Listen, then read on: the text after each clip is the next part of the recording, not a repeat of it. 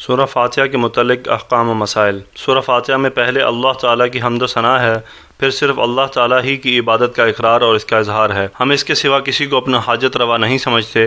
یہ گویا حلف وفاداری ہے جو انسان اپنے رب کے ساتھ کرتا ہے۔ اس کے بعد پھر ایک اہم دعا ہے جو تمام انسانی مقاصد اور ضروریات پر حاوی ہے، اور اس میں بہت سے فوائد اور مسائل ضمنی آئے ہیں، اور ان میں سے چند اہم مسائل کو لکھا جاتا ہے۔ دعا کرنے کا طریقہ: اس خاص اسلوب کلام کے ذریعہ انسان کو یہ تعلیم دی گئی ہے کہ جب اللہ جل شانہ سے کوئی دعا اور درخواست کرنا ہو تو اس کا طریقہ یہ ہے کہ پہلے اس کی حمد و ثنا کا فرض بجا لا کر پھر حلف وفاداری اس بات کا کرو کہ ہم اس کے سوا نہ کسی کو لائق عبادت سمجھتے ہیں اور نہ کسی کو حقیقی معنی میں مشکل کشا اور حاجت روا سمجھتے ہیں۔ اس کے بعد اپنی مطلب کی دعا کرو، اس طریقہ سے جو دعا کی جائے گی اس کے قبول ہونے کی قوی امید ہے، اور دعا میں بھی ایسی جامع دعا اختیار کرو جس میں اختصار کے ساتھ انسان کے تمام مقاصد داخل ہو جائیں، جیسے ہدایت صراط مستقیم کہ دنیا اور دین کے ہر کام میں انسان کا راستہ سیدھا ہو جائے تو کہیں ٹھوکر لگنے اور نقصان پہنچنے کا خطرہ نہیں۔ غرض اس جگہ خود حق تعالیٰ کی طرف سے اپنی حمد و ثنا بیان کرنے کا اصل مقصد انسان کو تعلیم دینا ہے۔ اللہ تعالیٰ کی حمد و ثنا انسان کا فطری فرض ہے۔ اس صورت کے پہلے جملے میں اللہ تعالیٰ کی حمد و ثنا بیان کرنے کے تعلیم اور ترغیب ہے، مگر حمد کسی نعمت یا صفت کی بنا پر ہوا کرتی ہے۔ یہاں کسی نعمت یا صفت کا ذکر نہیں، اس میں اشارہ ہے کہ اللہ تعالیٰ کی نعمتیں بے شمار ہیں اور ان کا کوئی انسان احاطہ نہیں کر سکتا، جیسا کہ قرآن کریم کا ارشاد ہے، یعنی اگر تم اللہ تعالیٰ کی نعمتوں کو شمار کرنا چاہو تو نہیں کر سکتے۔ انسان اگر سارے عالم کو چھوڑ کر اپنے ہی وجود پر نظر ڈال لے تو معلوم ہوگا کہ اس کا وجود خود عالم اصغر ہے، جس میں عالم اکبر کے سارے نمونے موجود ہیں۔ اس کا بدن زمین کی مثال ہے، اس پر اگنے والے بال نباتات کی مثال ہیں، اس کی ہڈیاں پہاڑوں کے شبے ہیں، اس کے بدن کی رگیں جس میں خون رواں ہے زمین کے نیچے بہنے والے چشموں اور نہروں کی مثال ہے۔ انسان دو جز سے مرکب ہے، ایک بدن، دوسرا روح۔ یہ بھی ظاہر ہے کہ قدر و قیمت کے اعتبار سے روح اصل اعلیٰ اور افضل ہے، بدن محض اس کے تابع اور ادنا درجہ رکھتا ہے۔ اس ادنا جز کے متعلق بدن انسان کی تحقیق کرنے والے اتباع اور اہل تشریح نے بتلایا ہے کہ اس میں اللہ تعالیٰ نے تقریباً 5000 مصالح اور منافع رکھے ہیں۔ اس کے بدن میں 300 سے زائد جوڑ ہیں۔ ہر ایک جوڑ کو اللہ تعالیٰ ہی کی قدرت کاملہ نے ایسا مستحکم بنایا کہ ہر وقت کی حرکت کے باوجود نہ وہ گھستا ہے نہ اس کی مرمت کی ضرورت ہے۔ عادتاً انسان کی عمر 60-70 سال ہوتی ہے، پورے عمر اس کے یہ نرم و نازک اعضاء اور اس کے سب جوڑ اکثر اوقات اسی طرح حرکت کرتے رہتے ہیں کہ فولاد بھی ہوتا تو گھس جاتا، مگر اللہ تعالیٰ نے فرمایا، یعنی اگر ہم نے ہی انسان کو پیدا کیا اور ہم نے ہی اس کے جوڑ بند مضبوط کیے، اسی قدرتی مضبوطی کا نتیجہ یہ ہے کہ عام عادت کے مطابق یہ نرم و نازک جوڑ 70 برس اور اس سے بھی زیادہ عرصہ تک کام دیتے ہیں۔ انسانی اعضاء میں صرف ایک آنکھ ہی کو لے لیجئے، اس میں جو اللہ تعالیٰ جل شانہ کی حکمت بالغہ کے مظاہر موجود ہیں، انسان کو عمر بھر خرچ کر ان کا پورا ادراک آسان نہیں۔ پھر اس آنکھ کے صرف ایک مرتبہ کے عمل کو دیکھ کر حساب لگائیے کہ اس 1 منٹ کے عمل میں حق تعالیٰ کی کتنی نعمتیں کام کر رہی ہیں، تو حیرت ہوتی ہے، کیونکہ آنکھ اٹھی اور اس نے کسی چیز کو دیکھا اور اس میں جس طرح آنکھ کی اندرونی طاقتوں نے عمل کیا ہے، اسی طرح اللہ تعالیٰ کی بیرونی مخلوقات کا اس میں بڑا حصہ ہے۔ اگر آفتاب کی روشنی نہ ہو تو آنکھ کے اندر کی روشنی کام نہیں دے سکتی، پھر آفتاب کے لیے بھی ایک فضا کی ضرورت ہے۔ انسان کے دیکھنے اور آنکھ کو کام میں لانے کے لیے غذا، ہوا وغیرہ کی ضرورت ہوتی ہے، جس سے معلوم ہوا کہ ایک مرتبہ نظر اٹھ کر جو کچھ دیکھتی ہے اس میں پورے عالم کی طاقتیں کام کرتی ہیں۔ یہ ایک مرتبہ کا عمل ہوا۔ پھر آنکھ دن میں کتنی مرتبہ دیکھتی ہے اور سال میں کتنی مرتبہ، عمر میں کتنی مرتبہ، یہ ایسا سلسلہ ہے جس کے اعداد و شمار انسانی طاقت سے خارج ہیں۔ اسی طرح کان، زبان، ہاتھ، پاؤں کے جتنے کام، ان سب میں پورے عالم کی قوتیں شامل ہو کر کام پورا ہوتا ہے۔ یہ تو وہ نعمت ہے جو ہر زندہ انسان کو میسر ہے، اس میں شاہ و گدا، امیر و غریب کا کوئی امتیاز نہیں، اور اللہ جل شانہ کی بڑی بڑی نعمتیں سب ایسی ہی وقف عام ہیں کہ ہر فرد انسانی ان سے نفع اٹھاتا ہے۔ آسمان و زمین، ان دونوں میں اور ان کے درمیان پیدا ہونے والی تمام کائنات، چاند، سورج، ثوابت اور سیارے، ہوا، فضا کا نفع ہر جاندار کو پہنچ رہا ہے۔ اس کے بعد اللہ جل شانہ کے نعمہ خاصہ جو انسان کے افراد میں بتقاضائے حکمت کم و بیش کر کے عطا ہوتی ہیں، مال اور دولت، عزت اور جاہ، راحت اور آرام، سب اسی قسم میں داخل ہے۔ اور اگرچہ یہ بات بالکل بدیہی ہے کہ نعمہ عامہ جو تمام انسانوں میں مساوی طور پر مشترک ہیں، جیسے آسمان، زمین اور ان کی تمام مخلوقات، یہ نعمتیں بنسبت نعمہ خاصہ مال و دولت وغیرہ کے زیادہ اہم اور اشرف ہیں، مگر بھولا بھالا انسان تمام افراد انسان میں عام ہونے کی بنا پر کچھ ان عظیم الشان نعمتوں کی طرف التفات بھی نہیں کرتا کہ یہ کوئی نعمت ہے۔ صرف گرد و پیش کی معمولی چیزیں، کھانے پینے، رہنے سہنے کی خصوصی چیزوں پر اس کی نظر رک جاتی ہے۔ بہرحال یہ ایک سرسری نمونہ ہے ان نعمتوں کا جو ہر انسان پر ہر وقت مبذل رہتی ہیں۔ اس کا لازمی نتیجہ یہ ہونا چاہیے کہ انسان اپنی مقدور بھر ان کے احسانات و انعامات کرنے والے ہی کی حمد و ثنا کرے اور کرتا رہے۔ اسی کے تقاضۂ فطرت کی تلقین کے لیے قرآن کی سب سے پہلی سورت کا سب سے پہلا کلمہ الحمد لایا گیا، اور اللہ تعالیٰ کی حمد و ثنا کو عبادت میں بڑا درجہ دیا گیا ہے۔ رسول کریم صلی اللہ علیہ وسلم نے فرمایا کہ جب اللہ تعالیٰ اپنے کسی بندے کو نعمت عطا فرمائے اور وہ اس پر الحمدللہ کہے تو ایسا ہو گیا کہ گویا جو کچھ اس نے لیا اس سے افضل چیز دے دی۔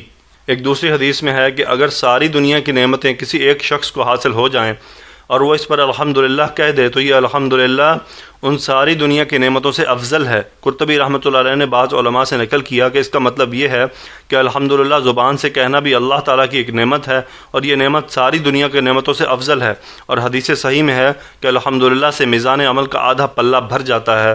اور حمد کی حقیقت حضرت شفیق بن ابراہیم رحمۃ اللہ علیہ نے یہ بیان فرمائی ہے کہ جب اللہ تعالیٰ تمہیں کوئی چیز عطا فرمائے تو اول اس کے دینے والے کو پہچانو، پھر جو کچھ اس نے دیا اس پر راضی ہو جاؤ، پھر جب تک تمہارے جسم میں اس کی عطا کی ہوئی قوت اور طاقت موجود ہے اس کی نافرمانی کے قریب مت جاؤ۔ دوسرا کلمہ للہ ہے۔ اس میں لفظ اللہ کے ساتھ شروع ہے، حرف لام لگا ہوا ہے جس کو عربیت کے قاعدے سے لام اختصاص کہا جاتا ہے، جو کسی حکم یا وصف کی خصوصیت پر دلالت کرتا ہے۔ اس جگہ معنی یہ ہے کہ صرف یہی نہیں کہ اللہ تعالیٰ کی حمد و ثنا انسان کا فرض ہے، بلکہ حقیقت یہ ہے کہ حمد و ثنا صرف اسی کی ذات قدوس کے ساتھ مخصوص ہے۔ حقیقی طور پر اس کے سوا عالم میں کوئی مستحق کی حمد و ثنا نہیں ہو سکتا، جیسا کہ پہلے لکھا جا چکا۔ ہاں، اس کے ساتھ یہ بھی اس کا انعام ہے کہ انسان کو تہذیب اخلاق سکھانے کے لیے اس کو یہ بھی حکم دے دیا گیا کہ میری نعمت و احسان جن واسطوں سے تمہارے ہاتھ آئی ان کا بھی شکر ادا کرو، کیونکہ جو شخص اپنے محسن انسان شکر ادا کرنے کا خوگر نہ ہو وہ خدا کا بھی شکر ادا نہیں کرے گا۔ خود اپنی مد و ثنا کسی انسان کے لیے جائز نہیں، خود اپنی حمد و ثنا کا بیان کرنا کسی مخلوق کے لیے جائز نہیں۔ قرآن کریم میں ارشاد ہے، یعنی تم اپنی پاکی اور صفائی کا دعویٰ نہ کرو، اللہ ہی جانتا ہے کہ کون تقوی شعار ہے۔ مطلب یہ کہ انسان کی تعریف اور مدح کا مدار تقوی پر ہے، اور اس کا حال اللہ تعالیٰ ہی جانتے ہیں کہ کس کا تقوی کس درجے کا ہے۔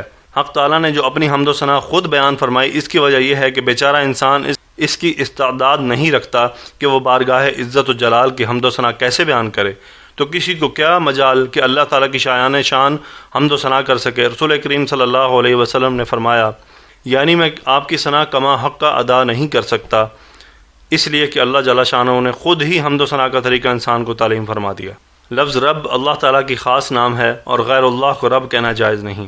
لفظ رب کو ایسے شخص کے لیے بولا جاتا ہے جو کسی چیز کا مالک ہو اور اس کی تربیت و اصلاح کی تدبیر اور پوری نگرانی بھی کرتا ہو، اور یہ ظاہر ہے کہ ساری کائنات و مخلوق کا ایسا رب سوائے خدا تعالیٰ کے اور کوئی نہیں ہو سکتا، اور یہ ظاہر ہے کہ ساری کائنات و مخلوقات کا ایسا رب سوائے اللہ تعالیٰ کے کوئی اور نہیں ہو سکتا۔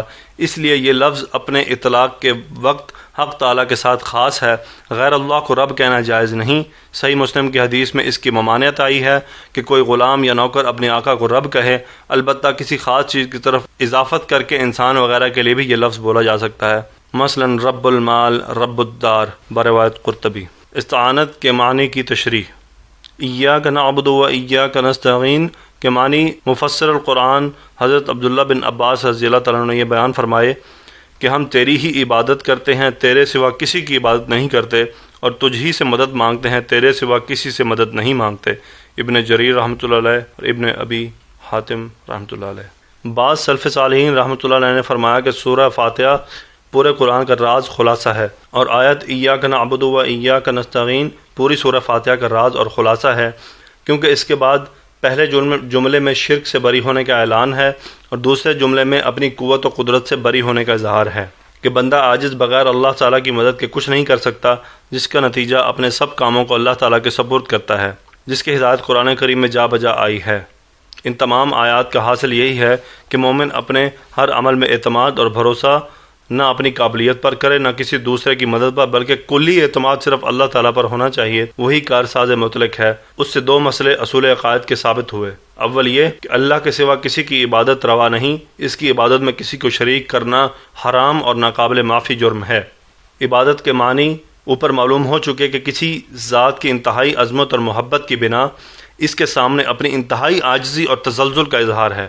اللہ تعالیٰ کے سوا کسی مخلوق کے ساتھ ایسا معاملہ جائز نہیں، تو یہی شرک کہلاتا ہے۔ اس سے معلوم ہوا کہ شرک صرف اسی کو نہیں کہتے کہ بت پرستوں کی طرح کسی پتھر کی مورتی وغیرہ کو خدائی اختیارات کا مالک سمجھے، بلکہ کسی کی عظمت، محبت، اطاعت کو وہ درجہ دینا جو اللہ تعالیٰ ہی کا حق ہے، یہ بھی شرک جلی ہے۔ قرآن مجید میں یہود و نصارہ کے شرک کا بیان کرتے ہوئے ارشاد فرمایا، یعنی ان لوگوں نے اپنے دینی علموں کو اپنا رب بنا لیا۔ حضرت عدی بن حاتم رضی اللہ تعالیٰ عنہ جو مسلمان ہونے سے پہلے نصرانی تھے، انہوں نے اس آیت کے بارے میں رسول کریم صلی اللہ علیہ وسلم سے عرض کیا کہ ہم تو اپنے علماء کی عبادت نہیں کرتے تھے، پھر قرآن میں ان کو معبود بنانے کا الزام ہم پر کیسے لگایا گیا؟ آپ صلی اللہ علیہ وسلم نے فرمایا کہ ایسا نہیں ہے کہ تمہارے علماء بہت سی ایسی چیزوں کو حرام قرار دیتے ہیں جن کو اللہ تعالیٰ نے حلال کیا ہے، اور تم اپنے علماء کے کہنے پر ان کو حرام ہی سمجھتے ہو، اور بہت سی ایسی چیزیں ہیں جن کو اللہ تعالیٰ نے حرام قرار دیا اور تمہارے علماء ان کو حلال کر دیتے ہیں، تو تم ان کے کہنے پر اتباع کر کے حلال کر لیتے ہو۔ عدی بن حاتم رضی اللہ عنہ نے عرض کیا کہ بے شک ایسا تو ہے۔ اس پر حضرت صلی اللہ علیہ وسلم نے فرمایا کہ یہی تو ان کی عبادت ہے۔ اس سے معلوم ہوا کہ کسی چیز کے حلال یا حرام قرار دینے کا حق صرف اللہ تعالیٰ کا ہے۔ جو شخص اس میں کسی دوسرے کو شریک قرار دے اور اللہ تعالیٰ کے احکام حرام و حلال معلوم ہونے کے باوجود ان کے خلاف کسی دوسرے کے قول کو واجب الاتباع سمجھے تو گویا وہ اس کی عبادت کرتا ہے اور شرک میں مبتلا ہے۔ عام مسلمان جو قرآن و سنت کو براہ راست سمجھنے کی اور ان سے احکام شریعہ نکالنے کی صلاحیت نہیں رکھتے، اس لیے کسی امام، مجتہد یا عالم مفتی کے قول پر اعتماد کر کے عمل کرتے ہیں، اس کا اس آیت سے کوئی تعلق نہیں، کیونکہ وہ در حقیقت قرآن و سنت ہی پر عمل ہے اور احکام خداوندی ہی کی اطاعت ہے، اور قرآن کریم نے اس کی ہدایت فرمائی ہے۔ یعنی اگر تم خود احکام الہیہ کو نہیں جانتے تو اہل علم سے پوچھ لو۔ اور جس طرح احکام حلال و حرام میں اللہ تعالیٰ کے سوا کسی کو شریک کرنا شرک ہے، اسی طرح کسی کے نام کی نظر منت ماننا بھی شرک میں داخل ہے۔ اللہ تعالیٰ کے سوا کسی دوسرے کو حاجت روا سمجھنا، مشکل کشا سمجھ کر اس سے دعا مانگنا بھی شرک ہے، کیونکہ حدیث میں دعا کو عبادت فرمایا گیا ہے۔ اسی طرح ایسے اعمال و افعال جو علامات شرک کی سمجھے جاتے ہیں، ان کا ارتکاب بھی بحکم شرک ہے۔ جیسے حضرت عدی بن حاتم رضی اللہ تعالیٰ نے فرمایا کہ مسلمان ہونے کے بعد میں حضرت صلی اللہ علیہ وسلم کی خدمت میں حاضر ہوا تو میرے گلے میں صلیب پڑی ہوئی تھی۔ آپ صلی اللہ علیہ وسلم نے مجھ سے فرمایا کہ اس بت کو اپنے گلے سے نکال دو۔ اگرچہ اس وقت عدی بن حاتم رضی اللہ تعالیٰ کا عقیدہ صلیب کے متعلق وہ نہ تھا جو نصرانیوں کا ہوتا ہے، مگر ظاہری طور پر بھی علامت شرک سے احتیاط اجتناب کو ضروری سمجھ کر یہ ہدایت کی گئی۔ افسوس کہ آج کل ہزاروں مسلمان ریڈ کراس کا صلیبی نشان لگائے ہوئے پھرتے ہیں اور کوئی پرواہ نہیں کرتے کہ بلا وجہ ایک مشرکانہ جرم کے مرتکب ہو رہے ہیں۔ اسی طرح کسی کو رکوع کرنا، سجدہ کرنا، بیت اللہ کے سوا کسی دوسری چیز کے گرد طواف کرنا، یہ سب علامات شرک ہیں جن سے اجتناب ایاک نعبد کے اقرار یا حلف برداری کا جز ہے۔ دوسرا مسئلہ یہ ہے کہ استعانت اور استغاثہ صرف اللہ تعالیٰ ہی سے کرنا ہے، کسی دوسرے سے جائز نہیں۔ مسئلہ استعانت کی تحقیق اور احکام کی تفصیل۔ یہ دوسرا مسئلہ کسی سے مدد مانگنے کا ذرا تشریح طلب ہے، کیونکہ ایک مدد تو مادی اسباب کے ماتحت ہر انسان دوسرے انسان سے لیتا ہے، اس کے بغیر اس دنیا کا نظام چل ہی نہیں سکتا۔ صنعت کار اپنی صنعت کے ذریعے ساری مخلوق کی خدمت کرتا ہے، مزدور، معمار، بڑھئی، لوہار سب مخلوق کی مدد میں لگے ہوئے ہیں، اور ہر انسان ان سے مدد مانگنے پر مجبور ہے۔ ظاہر ہے کہ یہ کسی دین اور شریعت میں ممنوع نہیں، وہ اس استعانت میں داخل نہیں جو اللہ تعالیٰ کے ساتھ مخصوص ہے۔ اسی طرح غیر مادی اسباب کے ذریعے کسی نبی یا ولی سے دعا کرنے کی مدد مانگنا یا ان کا وسیلہ دے کر براہ راست اللہ تعالیٰ سے دعا مانگنا روایت حدیث اور ارشادات قرآن سے بھی اس کا جواز ثابت ہے، وہ بھی اس استعانت میں داخل نہیں جو صرف اللہ تعالیٰ کے لیے مخصوص اور غیر اللہ کے لیے حرام اور شرک ہے۔ اب وہ مخصوص استعانت و امداد جو اللہ تعالیٰ کے ساتھ خاص اور غیر اللہ کے لیے شرک ہے کون سی ہے؟ اس کی دو قسمیں ہیں۔ ایک تو یہ اللہ تعالیٰ کے سوا کسی فرشتے یا پیغمبر یا ولی یا کسی اور انسان کو اللہ تعالیٰ کی طرح قادر مطلق اور مختار مطلق سمجھ کر اس سے اپنی حاجت مانگے۔ یہ تو ایسا کھلا ہوا کفر ہے کہ عام مشرکین بت پرست بھی اس کو کفر سمجھتے ہیں۔ اپنے بتوں دیوتاؤں کو بالکل خدا تعالیٰ کی مثل قادر مطلق اور مختار مطلق یہ کفار بھی نہیں مانتے۔ دوسری قسم وہ ہے کہ جس کو کفار اختیار کرتے ہیں، اور قرآن اور اسلام اس کو باطل اور شرک قرار دیتا ہے۔ ایاک نستعین میں یہی مراد ہے کہ ایسی استعانت اور امداد ہم اللہ تعالیٰ کے سوا کسی سے نہیں چاہتے۔ وہ یہ کہ اللہ تعالیٰ کی کسی مخلوق، فرشتے یا پیغمبر یا ولی یا کسی دیوتا کے متعلق یہ عقیدہ رکھنا کہ اگرچہ قادر مطلق اللہ تعالیٰ ہی ہے اور کامل اختیارات اسی کے ہیں، لیکن اس نے اپنی قدرت اور اختیار کا کچھ حصہ فلاں شخص کو سونپ دیا اور اس دائرے میں وہ خود مختار ہی ہے۔ یہی وہ استعانت اور استمداد ہے جو مومن اور کافر میں فرق اور اسلام و کفر میں امتیاز کرتی ہے۔ قرآن اس کو شرک اور حرام قرار دیتا ہے۔ بت پرست مشرکین اس کے قائل اور اس پر عامل ہیں۔ اس معاملے میں دھوکہ یہاں سے لگتا ہے کہ اللہ تعالیٰ اپنے بہت سے فرشتوں کے ہاتھوں دنیاوی نظام کے بہت سے کام جاری کرتے ہیں۔ دیکھنے والا اس مغالطے میں پڑ سکتا ہے کہ اس فرشتے کو اللہ تعالیٰ نے ایک اختیار سپرد کر دیا، یا انبیاء علیہ السلام کے ذریعے بہت سے ایسے کام وجود میں آتے ہیں جو عام انسانوں کی قدرت سے خارج ہیں، جن کو معجزات کہا جاتا ہے۔ اسی طرح اولیاء اللہ کے ذریعے بھی ایسے بہت سے کام وجود میں آتے ہیں جن کو کرامات کہا جاتا ہے۔ یہاں سرسری نظر والوں کو یہ مغالطہ لگ سکتا ہے کہ اگر اللہ تعالیٰ ان کاموں کی قدرت اور اختیار ان کو سپرد نہ کرتا تو ان کے ہاتھوں سے یہ کیسے وجود میں آتے۔ اس سے وہ ان انبیاء علیہ السلام اور اولیاء رحمۃ اللہ علیہ کے ایک درجہ میں مختار ہونے کا عقیدہ بنا لیتے ہیں، حالانکہ حقیقت یوں نہیں، بلکہ معجزات اور کرامات براہ راست حق تعالیٰ کا فعل ہوتا ہے۔ صرف اس کا ظہور پیغمبر یا ولی کے ہاتھوں پر ان کی عظمت ثابت کرنے کے لیے کیا جاتا ہے۔ پیغمبر علیہ السلام اور ولی رحمۃ اللہ علیہ کو اس کے وجود میں لانے کا کوئی اختیار نہیں ہوتا۔ قرآن کریم کے بے شمار آیات اس پر شاہد ہیں۔ مثلاً رسول کریم صلی اللہ علیہ وسلم کی اس معجزے کا ذکر ہے جس میں آپ صلی اللہ علیہ وسلم نے دشمن کے لشکر کی طرف ایک مٹھی کنکریوں کی پھینکی اور اللہ تعالیٰ کی قدرت سے وہ سارے لشکر کی آنکھوں میں جا لگیں۔ اس کے متعلق ارشاد ہے کہ یہ آپ نے نہیں پھینکی بلکہ اللہ تعالیٰ نے پھینکی تھی، جس سے معلوم ہوا کہ معجزہ جو نبی صلی اللہ علیہ وسلم کے واسطہ سے صادر ہوا وہ در حقیقت اللہ تعالیٰ کا فعل ہوا۔ اسی طرح حضرت نوح علیہ السلام کو جب ان کی قوم نے کہا کہ اگر آپ سچے ہیں تو جس عذاب سے ڈرا رہے ہیں وہ بلا لیجئے، تو انہوں نے فرمایا یعنی معجزہ کے طور پر آسمانی عذاب نازل کرنا میرے قبضے میں نہیں، اللہ تعالیٰ اگر چاہے تو یہ عذاب آ جائے گا، پھر تم اس سے بھاگ نہ سکو گے۔ سورہ ابراہیم میں انبیاء و رسل علیہ السلام کی ایک جماعت کا یہ قول ذکر فرمایا گیا، یعنی کسی معجزے کا صادر کرنا ہمارے ہاتھ میں نہیں، اللہ تعالیٰ کی اذن اور مشیت کے بغیر کچھ نہیں ہو سکتا۔ اسی وجہ سے کوئی پیغمبر یا کوئی ولی جب چاہے جو چاہے معجزہ کرامات دکھا دے، یہ قطعاً کسی کے بس میں نہیں۔ رسول کریم صلی اللہ علیہ وسلم اور دوسرے انبیاء علیہ السلام سے بہت سے معین معجزات کا مطالبہ مشرکین نے کیا، مگر جن کو اللہ تعالیٰ نے چاہا ظاہر کر دیا، جس کو نہ چاہا نہیں ہوا۔ پورا قرآن اس کی شہادتوں سے بھرا ہوا ہے۔ ایک محسوس مثال سے اس کو یوں سمجھ لیجئے کہ آپ جس کمرے میں بیٹھے ہیں اس میں بجلی کی روشنی بلب سے اور ہوا برقی پنکھے سے آپ کو پہنچ رہی ہے، مگر یہ بلب اور پنکھا اس روشنی اور ہوا پہنچانے میں قطعاً خود مختار نہیں، بلکہ ہر آن اس کی جوڑ کنیکشن کے محتاج ہیں جو تار کے ذریعے پاور ہاؤس کے ساتھ ان کو حاصل ہے۔ ایک سیکنڈ کے لیے یہ جوڑ ٹوٹ جائے تو نہ بلب آپ کو روشنی دے سکتا ہے نہ پنکھا ہوا دے سکتا ہے، کیونکہ در حقیقت وہ عمل بلب اور پنکھے کا نہیں ہے بلکہ بجلی کی رو کا ہے جو پاور ہاؤس سے یہاں پہنچ رہی ہے۔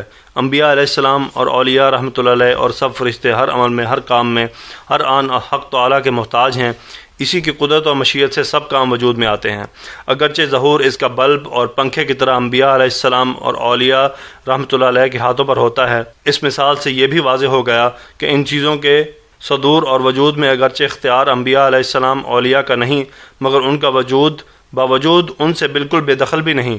جیسے بلب اور پنکھے کے بغیر آپ کو روشنی اور ہوا نہیں پہنچ سکتی، یہ معجزات اور کرامات بھی انبیاء علیہ السلام اور اولیاء رحمۃ اللہ علیہ کے بغیر نہیں ملتے۔ اگرچہ یہ فرق ضرور ہے کہ پوری فٹنگ اور کنیکشن درست ہونے کے باوجود آپ کو بغیر بلب کے روشنی اور بغیر پنکھے کے ہوا کا ملنا عادتاً ناممکن ہے، اور معجزات و کرامات میں حق تعالیٰ کو سب کچھ قدرت ہے کہ بغیر واسطہ کسی پیغمبر یا ولی رحمۃ اللہ علیہ کے بھی اس کا ظہور فرما دیں، مگر عادتاً اللہ تعالیٰ یہی ہے کہ ان کا صدور بغیر واسطہ اولیاء رحمۃ اللہ علیہ اور انبیاء علیہ السلام کے نہیں ہوتا، کیونکہ ایسے عادات کے اظہار سے جو مقصد ہے اور اس کے بغیر پورا نہیں ہوتا۔ اس لیے معلوم ہوا کہ عقیدہ تو یہی رکھنا ہے کہ سب کچھ اللہ تعالیٰ کی قدرت اور مشیت سے ہو رہا ہے۔